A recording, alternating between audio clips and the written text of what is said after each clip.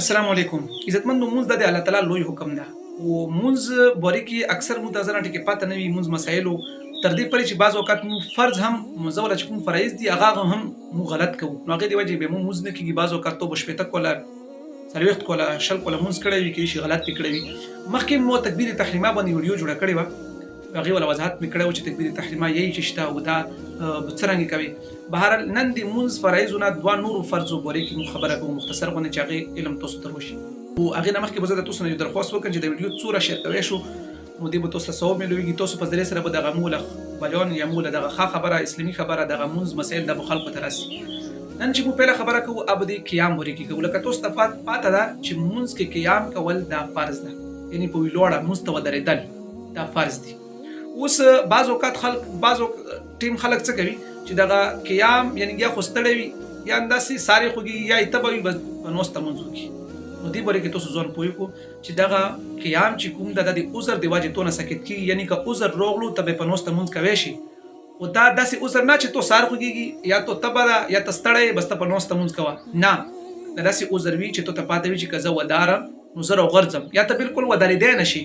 یا ته دا پته چې راکزه ودارن لغوندې مثال مو بدن کې دومره حرکت نشته یا دومره بیماری ده چې راځه ودارې دو سره به لون دی بیا ورځه نو ته به د ټینګي د قیام تونه سکت کیږي ته په لون په نوسته مونږ کولای شي یو خبره دغه قیام کوم منځونو کې فرض ده قیام په سنتو کې هم فرض ده یعنی سنتو کې هم قیام کوي کڅوره صورت وی کا دوه رکعت وی کا څلور رکعت وی فرضو کې هم فرض ده قیام په ویلوړه یعنی په درېدل او په واجبو کې هم بعض خلک داسې کوي چې دغه فرایضو کې خو قیام کوي خو سنتو کې هغه به پنوسته کوي نو دا خبره ځین کې په قلوب غنورو په سنتو کې هم قیام فرض ده او په واجبو کې هم او په فرضو کې هم البته د سنت چې کوم نفل چې کوم دي د کې توسته گنجائش ته د پنوسته هم کوي شي یعنی کته صحیح سلامت وي عذر دی نه وي بیا هم پنوسته نفل کوي شي او په ویلوړه کوي شي د پیغمبر علیه الصلاه والسلام نه ثابت دي صحیح ده دی بری کې کبه نور تاسو بری کې ذهن کې خبره وي نو تاسو د قیام بری کې سوال کولای شو کمنټ سیکشن کې بل چې کوم فرض ده هغه د نیت بوري کې اکثر متوسط علما دا خبره کوي چې نیت چې کوم د زړه ارادي ته خلکو د ځنه ټکی پاتې نه وي د نیت بوري کې هغه مختلف قسمه ذهن کې خبرې وي چې نیت څه شي دی نیت په خلی کول فرض ده که په خلی کول واجب ده کڅه دا خبره اور نیت چې کوم ده د زړه ارادي ته د غزړه ارادي د غزړه ول چې کوم نیت ته دا په منځ کې فرض ده زه خبره ته چې اوداس کوي او به منځ ته راتي خو ته زړه کې نیت ته منځ کول ولا کنه نو دغه نیت زړه ارادي ته او دغه نیت چې کوم د په منځ کې فرض ده البته په خلی باندې نیت ول څلور رکعت فرض څلور رکعت سنت دوه رکعت سنت دوه رکعت فرض دا کچا په خلی ویلو نو دی اجر شته دا مستحب دي خو کچا نه په خلی پوه شو نو هغه منځ کېږي منځ باندې بشرط دي چې زړه کې نیت کړی اوس دغه نیت چې کوم دا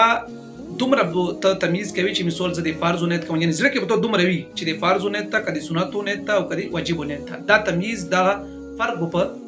نیت زړه نیت کې زړه ارادي کې دا به ضروری ده سنتو کې پیدا شنشته بس سنت مطلقي سوري پن نفلونو کې پیدا تمیز دا فرق ضرورت نشته بس تو مطلقي نفلونو نیت وتړلو بس ټول نفلونه کیږي او البته دا لکه مثال زه ته مثال لاسه درکه چې توس مسبحین افداس ته وکړو روغ لمونځ کوي نو خو ته داسې مطلق نیت نه کوي بلکې دومره به کوي چې مثال زه زړه کې به اراده وي چې څلور رکعت سنت کوم صحیح ده پهله سړی چې روتي افداس وکړي خو څلور رکعت سنت نیت لري نو تو زړه کې اراده به داسې وي چې زه څلور رکعت پهله سنت کوم صحیح ده به دا غشن یو پسې فرض وب د زړه کې به فرض ولا مثال مسبحین څلور رکعت فرض دا به زړه کې اراده یو د سړی وی اسمه وضاحت پر د خبره توسته بیان کړله بهر کدی نیت بوري کې یا د قیام بوري کې تاسو بیا څه مسله ذهن کې وي هغه ولته تاسو کمنټ سیکشن کې